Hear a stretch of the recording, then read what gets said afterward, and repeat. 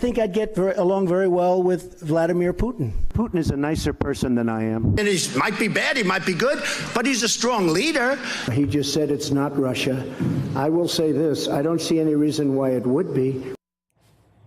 It's weird, right? Never an unkind word for Vladimir Putin.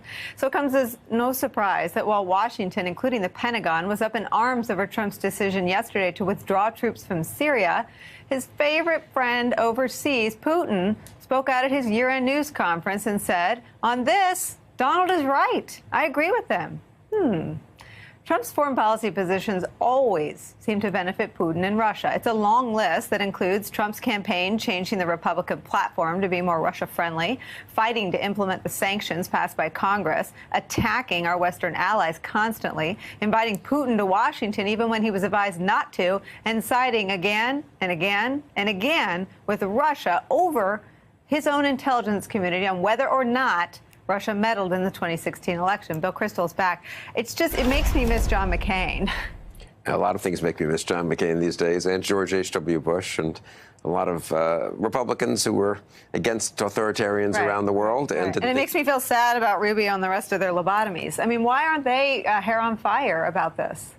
They should be. I just saw, though, that actually Mac Thornberry, who's the outgoing Republican chairman of Armed Services, sent a joint letter with Adam Smith, the incoming Democratic chairman, criticizing the Syria withdrawal and I think asking that it be reconsidered. So maybe Trump will actually bring Republicans and Democrats together, responsible ones on the Hill, against him. And I think he may be going, I just was talking to someone who's pretty close to people in the Defense Department.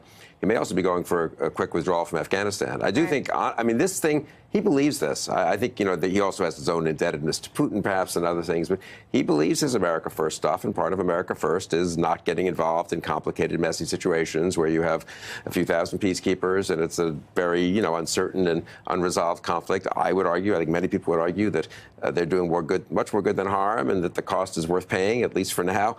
But I think he's pretty determined to go ahead with this version of the America First agenda.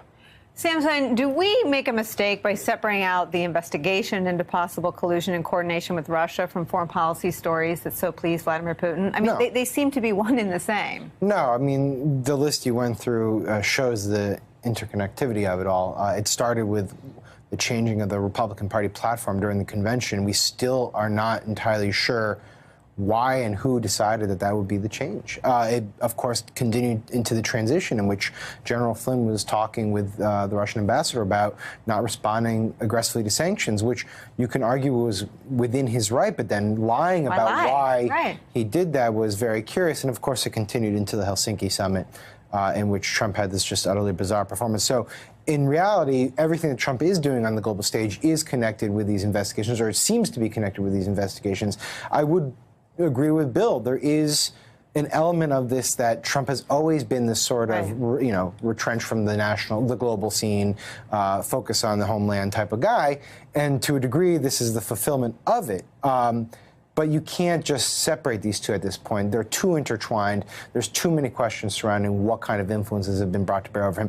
And that's continued as we now know that he was seeking business in Russia through the course of the campaign, which, of course, gave the Russians leverage over him. And Rudy said through November 2016. Donna, I want to put you on the spot because I think that we have too much timidity in the press to put that up every day and say there's not much else on Putin's to-do list. He wants America out of Syria so that he can use that country and you can use their warm water ports. He wants relief from the sanctions. Also, Derek Deripaska, one of the Russian oligarchs, got sanctions relief this week. I mean, I think there's too much timidity on our part to put these up every day and say why.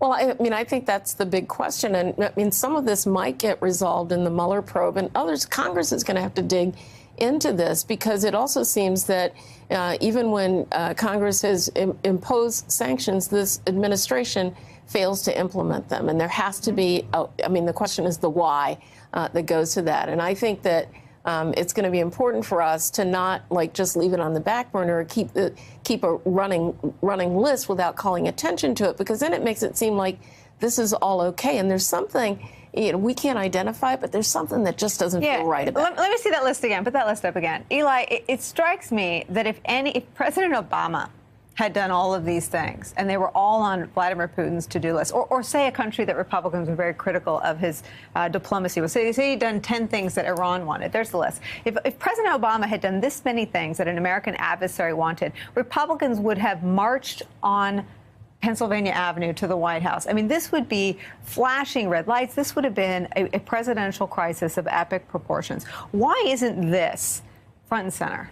Well, in large part because the Republicans have decided that they are now Donald Trump's Republican Party, and they're not going to. They like Vladimir too. And so they're going to say whatever Trump says because they're afraid of Trump's base, just like Trump is, apparently. I mean, you can go back not that long ago to when Mitt Romney described Russia as the #1 geopolitical foe in a debate and was mocked by President Obama for doing so. You can go back. I remember covering Jeb Bush's campaign back in a land before time when he was the Republican frontrunner, and he did a whole trip before he launched his campaign to a number of NATO countries to show that he was a hawk on Russia. That was sort of the standard boilerplate Republican foreign policy orthodoxy not that long ago. Trump has, inverted it completely on his head. And we can talk a little bit about and speculate about what the motivations are. Are they investigations related? Is there compromise on Donald Trump? Is it because he's always been an isolationist? We don't know.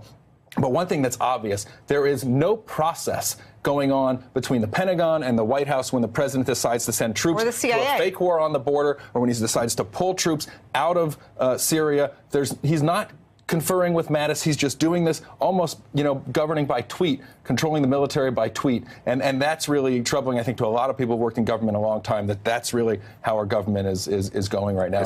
Hey there, I'm Chris Hayes from MSNBC. Thanks for watching MSNBC on YouTube. If you want to keep up to date with the videos we're putting out, you can click subscribe just below me, or click over on this list to see lots of other great videos.